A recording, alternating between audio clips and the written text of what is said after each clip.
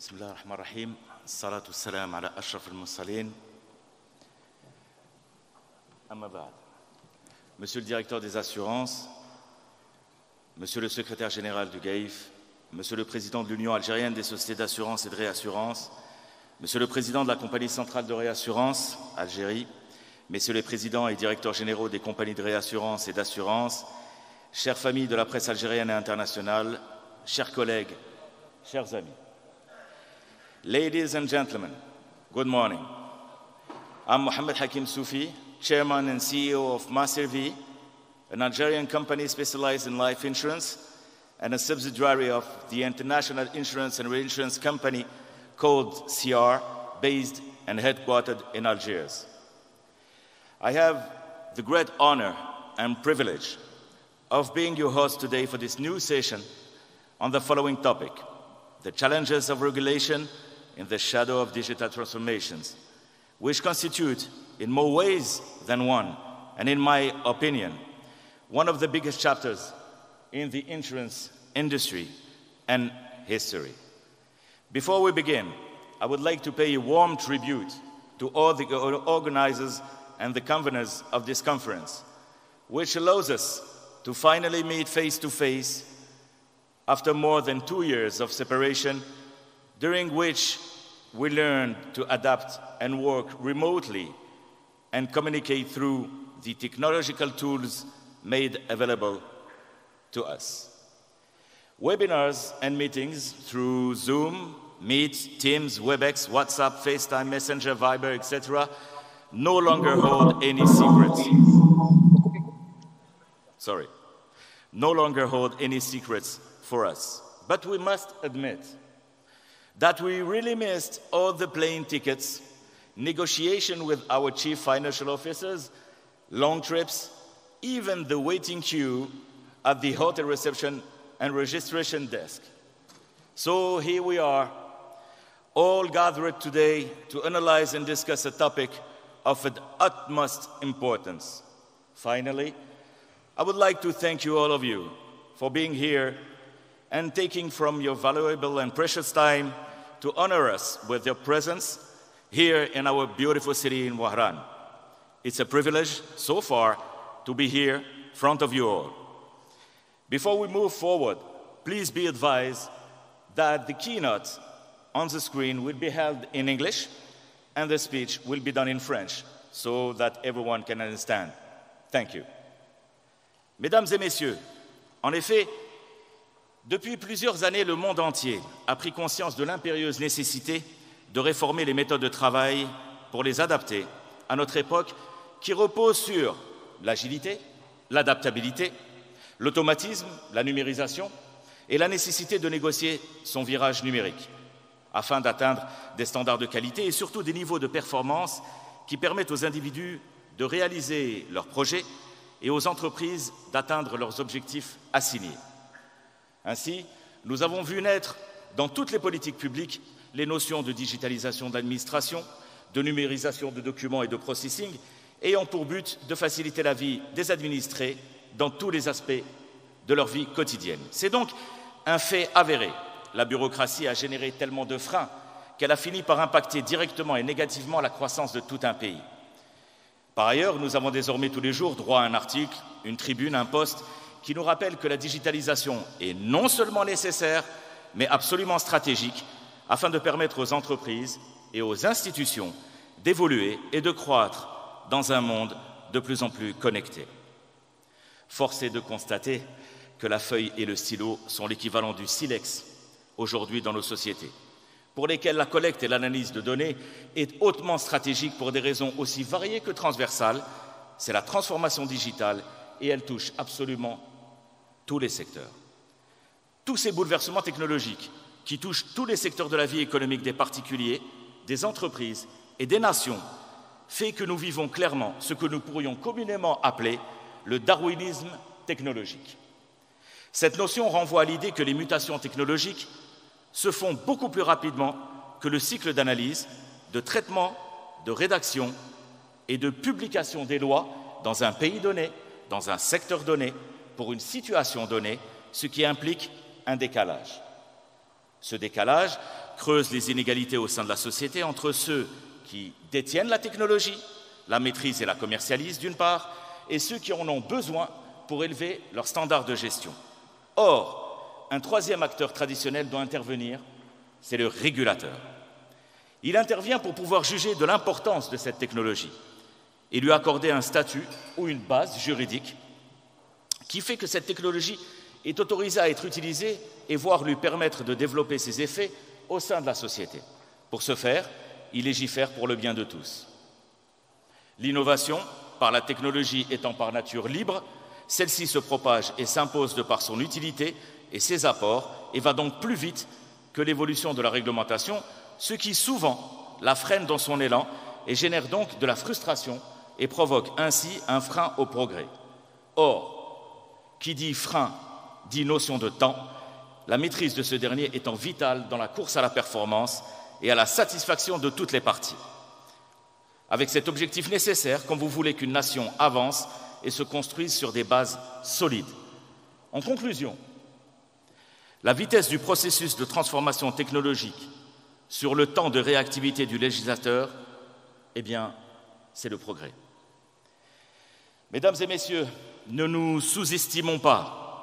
Nous avons un impact mondial et nos échanges sont extrêmement importants pour l'avenir de nos économies. De ce fait, nos décisions seront pour beaucoup stratégiques pour dessiner l'avenir de l'ensemble des secteurs de la vie économique et financière, car tous sont concernés par notre agilité, notre adaptabilité, car on parle d'agritech, de fintech, de medtech, d'edutech, de legaltech, bref, la technologie partout, tout le temps, et nous devons l'accompagner par une réglementation plus adaptée, plus rapide et plus concertée pour surfer sur ces bouleversements plutôt que de les subir. Néanmoins, face à toutes ces transformations, posons-nous sereinement la question: que peut et que doit faire la réglementation aujourd'hui? Quelle est la cartographie de ces nouvelles tendances technologiques? Comment définir les assurtech ou insurtech en anglais? Sont-elles l'avenir des assurances? Et après tout, en résumé, quels sont les nouveaux défis auxquels nous devons faire face? Commençons par la réglementation. Alors, je vous reprendrai une phrase qui a été dite par le Mahatma Gandhi, et j'aimerais beaucoup que vous la ressentiez telle que je l'ai ressentie à sa lecture. La plus grande erreur est de détruire son présent en se souvenant d'un passé qui n'a plus d'avenir. Si nous devions appliquer cette citation à notre secteur, il est grand temps maintenant de revoir l'ensemble des processus opérationnels que nous avons déployés depuis près de 50 ans, de les lister, d'upgrader les processus qui peuvent l'être et d'éliminer ceux qui ne sont plus en adéquation avec la nouvelle stratégie que nous nous devons tous de mettre en place. Par ailleurs, nous devons construire des ponts entre le législateur et notre corporation à l'échelle planétaire qui nous amènera à parler le même langage afin que la réglementation puisse mener le marché de l'assurance à un autre niveau par la créativité, l'agilité, l'innovation qui amèneront une forme de disruption, mais aussi et surtout apporteront le dispositif législatif et réglementaire pour faire face à des risques qui ne sont plus désormais localisés, mais bel et bien mondiaux. Aujourd'hui, grâce au web, une petite entreprise est potentiellement une multinationale. Aujourd'hui, du fait des réseaux sociaux, une simple nouvelle peut perturber le cours des bourses mondiales. Aujourd'hui, une épidémie localisée dans un pays s'est transformée en pandémie. Donc rien n'est impossible, car effectivement, absolument tout ce que l'on peut imaginer est désormais en mesure d'avoir une résonance et un impact sur toute la planète avec son lot de crises. Ainsi donc, en tant qu'assureurs, nous devons innover pour répondre aux exigences de notre époque. Mais pour cela, il faut être créatif et il faut être innovant.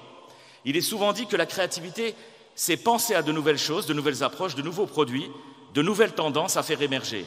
Mais innover, c'est quoi? C'est faire, c'est agir et construire de nouvelles choses. En vérité, la réglementation englobe ces deux volets. Réflexion et action, à savoir réfléchir tous ensemble, en concertation, sur de nouvelles règles, de nouvelles lois qui permettent aux acteurs de la vie économique de réaliser leurs objectifs de développement. Aucune société, je dis bien aucune société au monde ne peut faire fi de la force de la loi. Et il n'est dans l'intérêt de personne de ne pas travailler dans le cadre de la loi. Ainsi, pour innover, ce dont nous avons besoin, Il est stratégique de construire un écosystème législatif et réglementaire, qui réponde aux exigences de notre temps. De ce fait, 8 axes majeurs ont été identifiés pour que l'innovation soit en mesure de nous mettre à niveau afin de relever les nouveaux défis. Premièrement, la signature électronique pour la signature de contrats à distance. Alors, le marché de la signature électronique est estimé à environ 1,1 milliard d'euros dans le monde et sa croissance est d'environ 30% par an. 39% des entreprises sont déjà équipées, majoritairement depuis plusieurs années. 70% d'entre elles ont accéléré l'adoption de la signature électronique en raison de la crise sanitaire. 85% croient fermement que la signature électronique a la même valeur que la signature manuscrite. On a un petit problème sur les slides, mais ça ne saurait tarder. Ce process permet de valider le contrat à la négociation et d'en faire le closing. Sur la reconnaissance biométrique, Sur la reconnaissance biométrique et faciale pour une base de données qualifiée, je vous pose une question. Savez-vous quel est le poids en chiffre d'affaires de la biométrie dans le monde ? 24,8 milliards de dollars. C'est le poids global estimé du marché mondial de la biométrie en 2021 contre 12 milliards de dollars en 2015, soit le double en moins de 6 ans. Avec plus de 20% d'augmentation de la demande de solutions biométriques de la part des entreprises privées afin de contrôler l'accès à leurs locaux ou de sécuriser les transactions, notamment les insurtech et les néobanques. Ce process permet d'ajouter une brique supplémentaire au KYC et rendre l'expérience utilisateur plus pertinente et donc accroître le taux d'attrition et de fidélisation.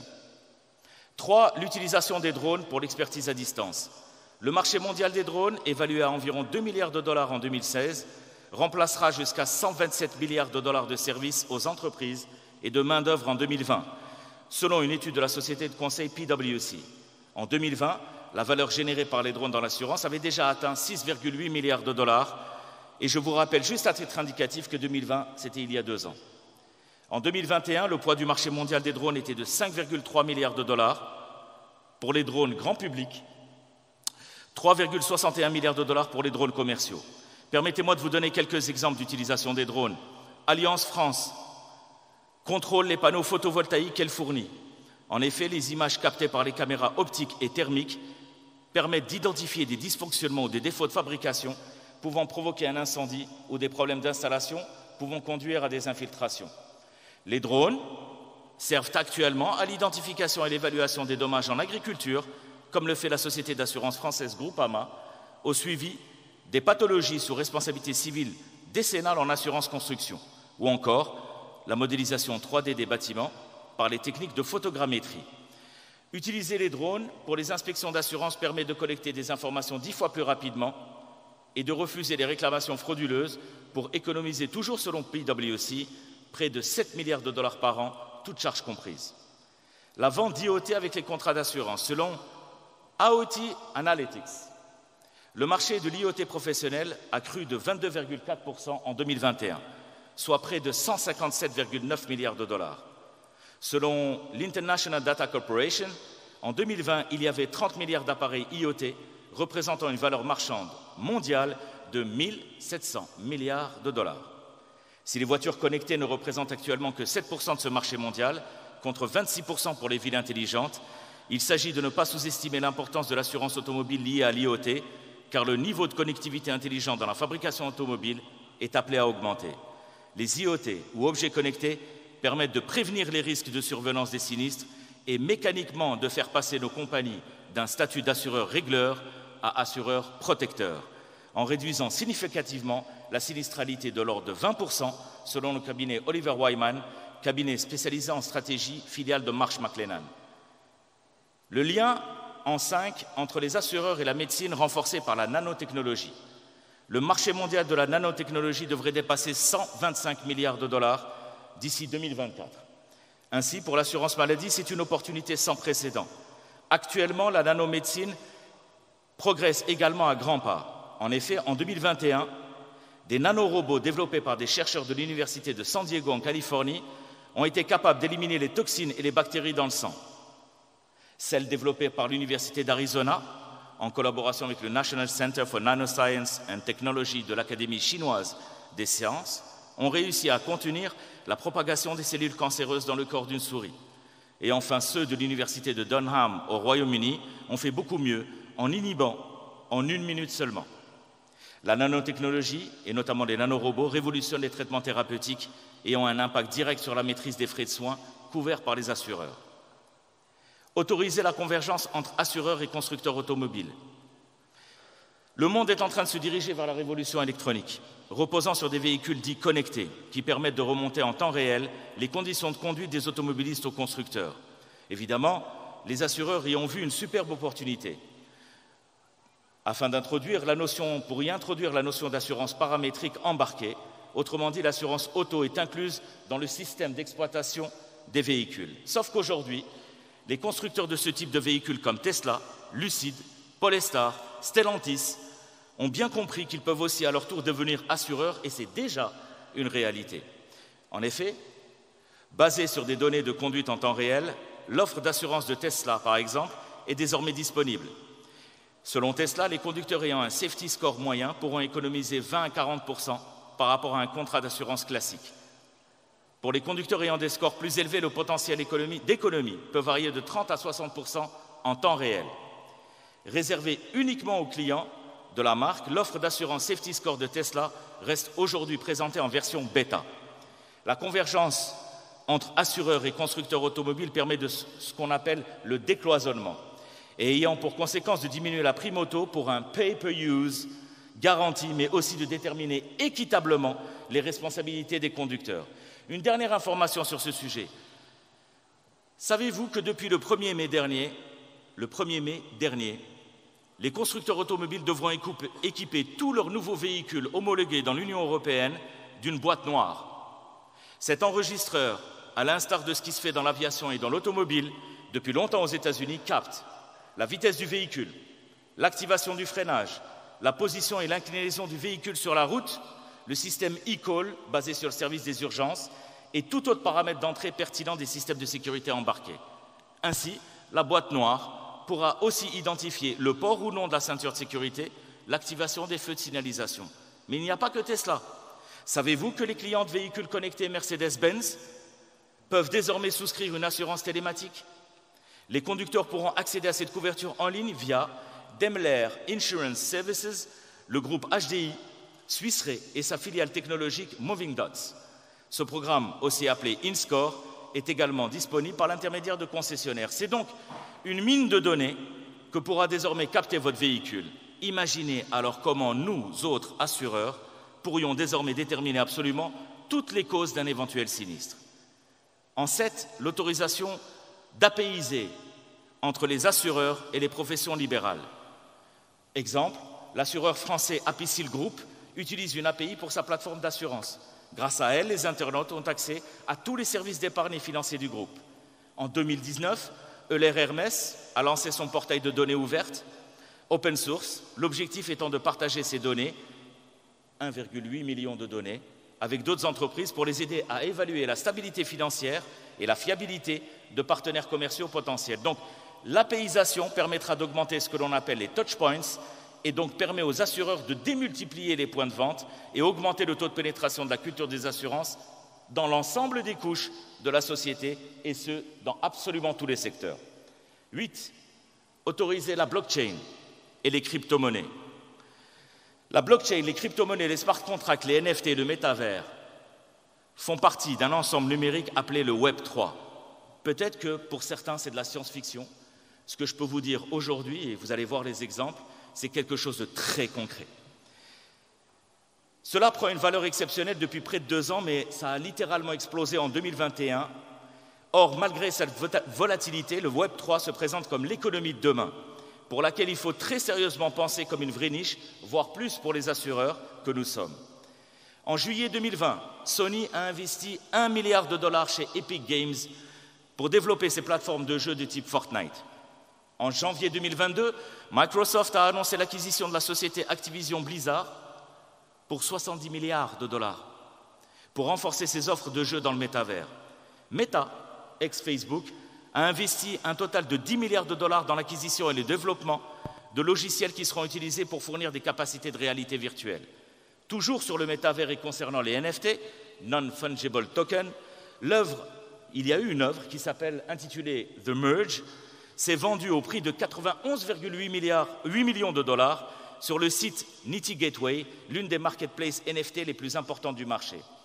Vous connaissez aussi une société qui s'appelle IMA, l'un des 10 plus gros courtiers aux États-Unis, qui a carrément construit son siège sur le Web3 sur une plateforme de réalité virtuelle dénommée Decentraland, pour mieux comprendre ce marché émergent du métavers, des NFT et des crypto-monnaies.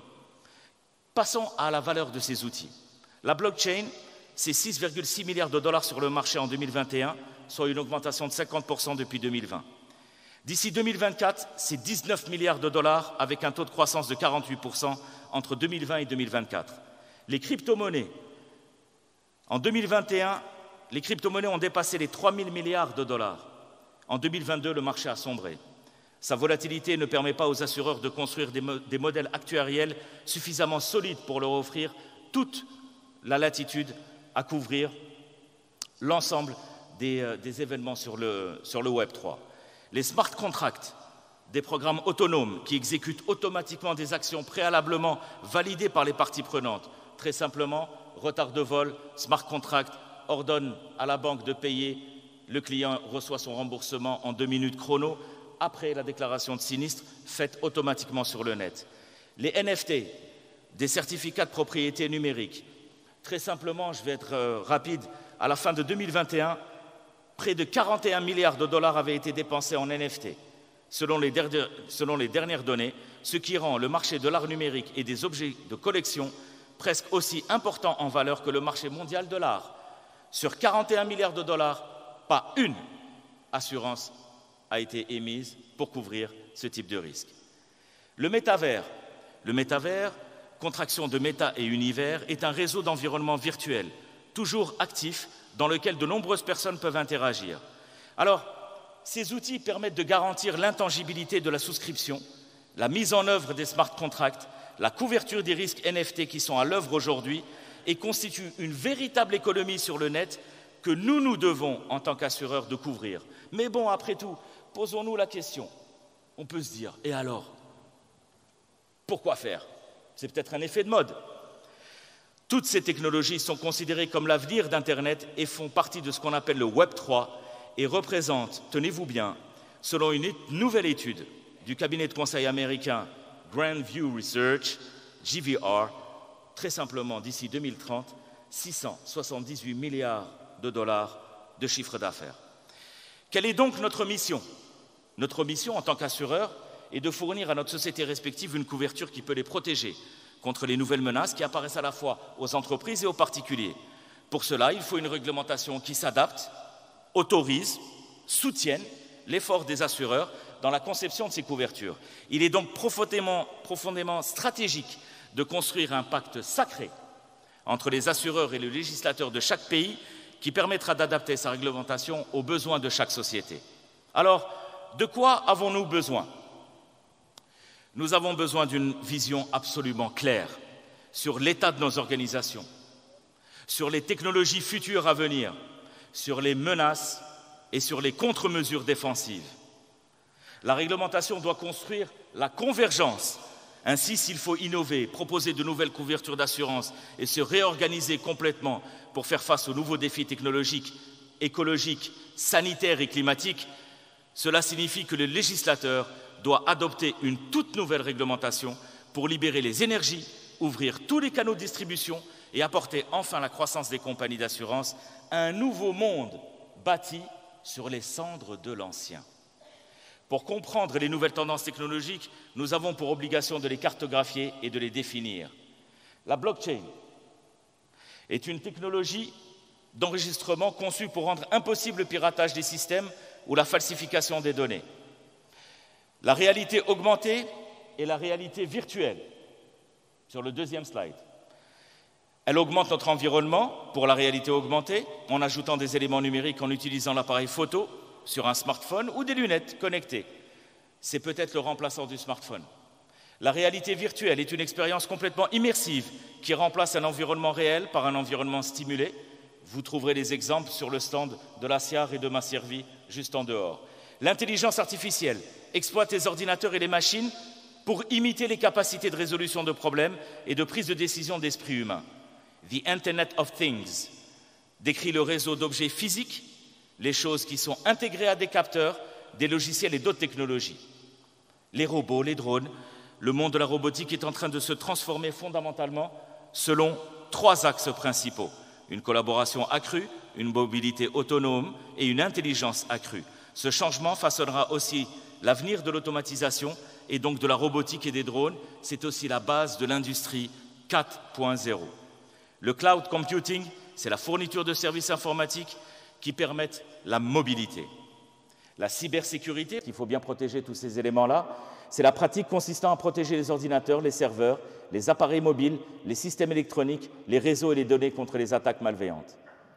Attention, mesdames et messieurs, ce sont là des outils qui, une fois combinés, déploient des services à très forte valeur ajoutée et permettront à nous autres assureurs de combler le fossé entre nous et les géants du numérique pour parler d'égal à égal et défendre nos marchés, sans quoi nous disparaîtrons. Je vous le répète, sans quoi nous disparaîtrons. La question n'est pas de savoir si cela va arriver, mais plutôt quand et comment cela va arriver. Et c'est pour ça qu'on doit parler d'InsurTech. Un des vecteurs les plus performants aujourd'hui se trouve être les InsurTech, les solutions prennent la forme d'applications qui démultiplient les opérations financières des particuliers et des entreprises vis-à-vis de la banque et des compagnies d'assurance sous toutes leurs formes et pour tous leurs produits. De ce fait, les start-up réinventent en premier lieu le secteur de l'assurance et apparaissent comme un outil puissant de bancarisation, de traçabilité et de transparence. Ainsi, les néobanques et les InsurTech sont le cœur de la transformation numérique du marché financier et possèdent un potentiel de croissance et un impact social considérable parce qu'elles fédèrent toute la planète au travers du digital. Mais que sont les InsurTech vis-à-vis des assureurs traditionnels? Alors les InsurTech sont des entreprises axées sur la technologie qui entrent dans le secteur de l'assurance et fournissent une couverture à une clientèle qui est désormais plus dépendante du numérique. Quelle est la taille du marché InsurTech? La taille du marché mondial de l'InsurTech était évaluée à 3,85 milliards de dollars en 2021 et devrait se développer à un taux de croissance de 51,7% de 2022 à 2030. Ça veut dire quoi? Ça veut dire que l'InsurTech se développe très rapidement. La scalabilité est très importante. Selon Globe News Wire, le marché mondial de l'InsurTech devrait croître en raison des avancées technologiques dans le secteur de l'assurance, en particulier dans la région Asie-Pacifique. Cette affirmation provient d'un rapport publié par Research Dive indiquant que le marché générera un chiffre d'affaires de plus de 57 milliards de dollars d'ici 2028, soit 52 milliards d'euros. Alors, on va faire un petit comparatif et vous allez comprendre quelque chose de très intéressant. Je vous rappelle que le marché mondial de l'assurance a enregistré en 2020 un chiffre d'affaires de 6 287 milliards de dollars, l'assurance telle que nous la connaissons aujourd'hui. Les InsurTech vont donc représenter en moins de 10 ans 1% des primes globales de toutes les compagnies d'assurance sur la planète, activant depuis plus de 2 siècles. En 10 ans, 1% a été fait par les InsurTech. Donc, les InsurTech sont bien plus qu'un simple effet de mode. Vérifions l'ensemble de l'écosystème InsurTech partout dans le monde. Le top 3 des acteurs AssurTech américains. Oscar Insurance. Oscar Health est une InsurTech d'assurance santé basée à New York, fondée en 2012. En 2014, Oscar a obtenu 16 000 membres. En janvier 2020, TechCrunch a rapporté qu'Oscar servait 400 000 membres et prévoyait de rapporter 2 milliards de dollars d'ici à la fin de l'année.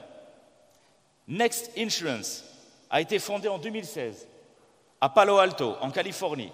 C'est une plateforme d'assurance IARD, PNC, en ligne. Au 1er avril 2021, elle lève 250 millions de dollars, doublant sa valorisation à 4 milliards de dollars en moins d'un an. Lemonade, InsurTech fondée en 2015, qui propose des polices d'assurance pour les locataires et les animaux de compagnie. Lemonade décolle avec un succès sans précédent, signant plus de 14 000 clients au cours des 6 premiers mois d'exploitation. Aujourd'hui, Lemonade compte 1 million de clients dans le monde entier.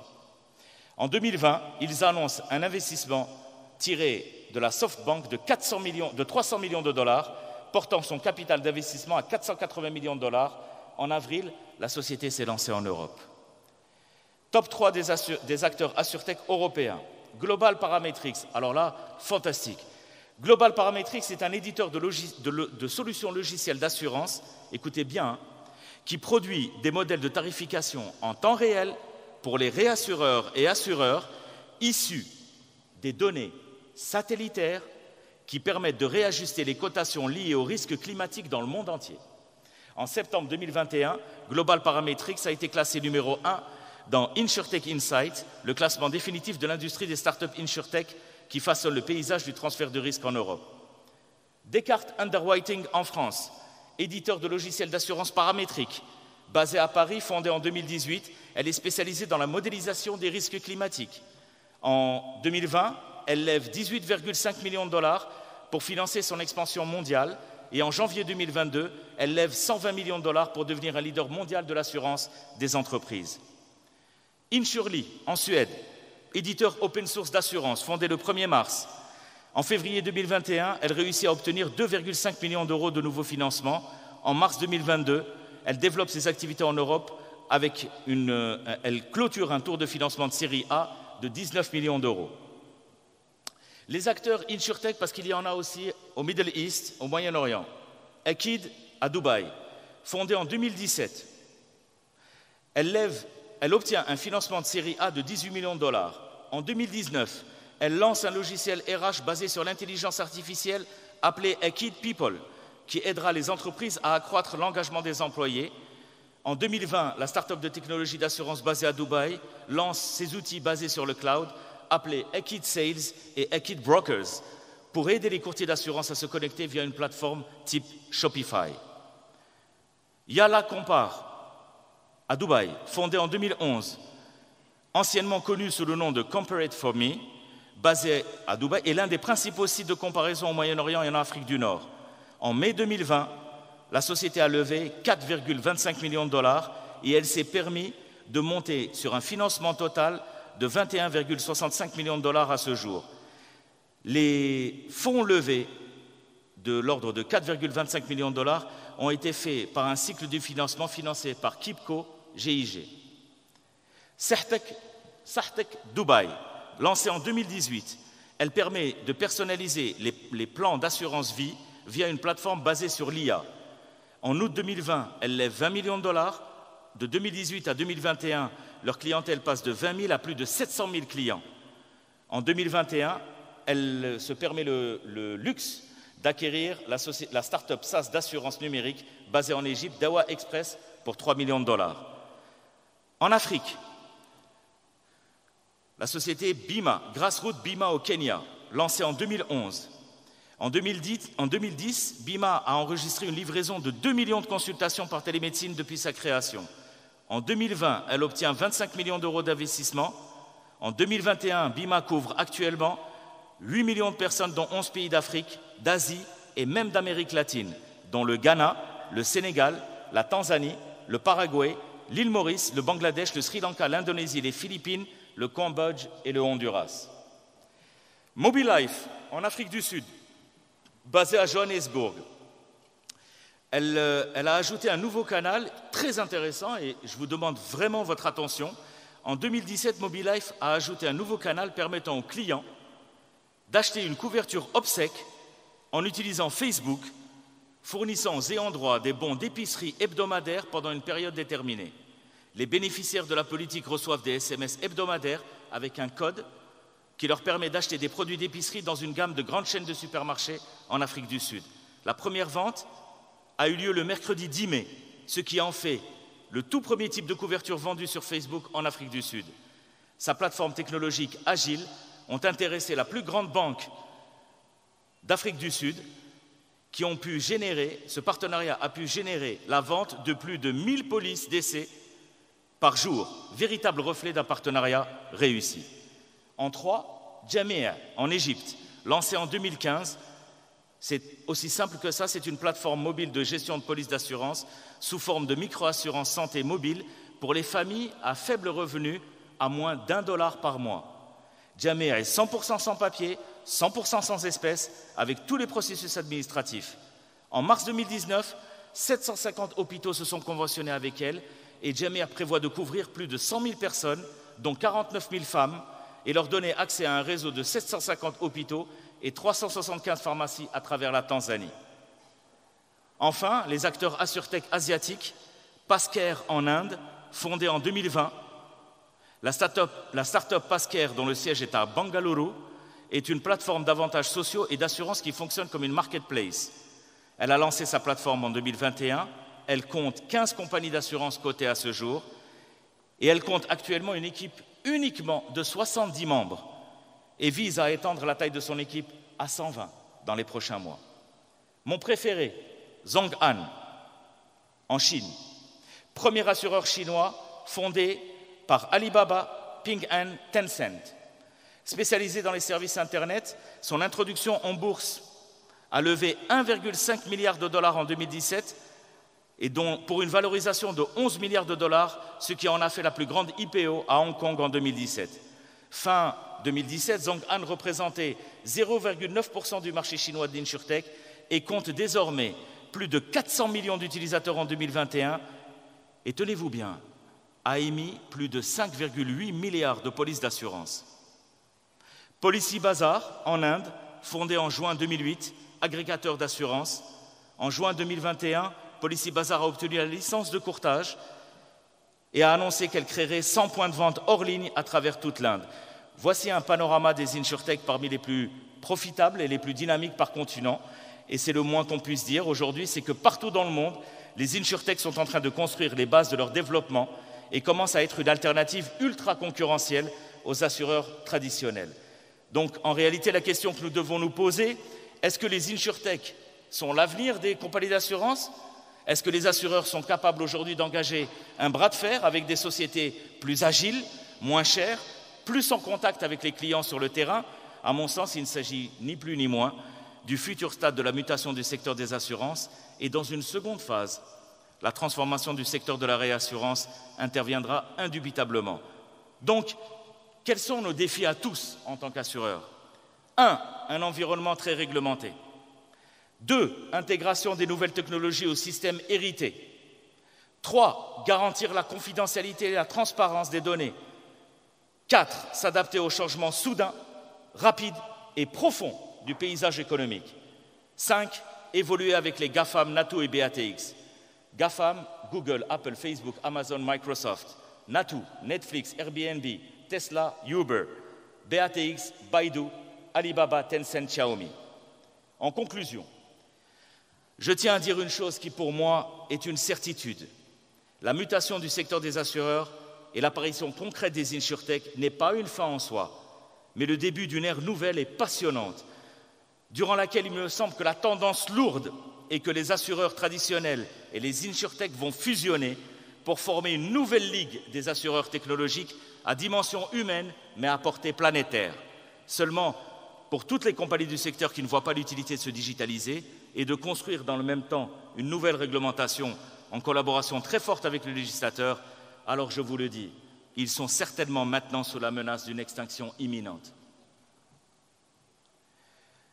Juste, je ne me permettrai pas de vous donner un conseil, mais j'ai un ami qui s'appelle Jack Ma et qui nous donne un conseil. S'il vous plaît. Don't try to be the best. Be the first. Be the first to change. Be the first to take the challenge. Be the first one to overcome the difficulties. Et pour cela, merci. Et pour cela, il faut absolument que les législateurs et les assureurs construisent ensemble l'avenir de nos économies. Donc pour moi, first you learn, and when it's done, then remove the L. On apprend et ensuite on perçoit et on rentabilise. Voilà, pour moi, je tiens à vous dire que le meilleur est à venir. The best is yet to come. Et pour cela, nous allons le faire tous ensemble et nous allons réussir tous ensemble pour monter cet écosystème. Merci à tous et merci pour votre attention.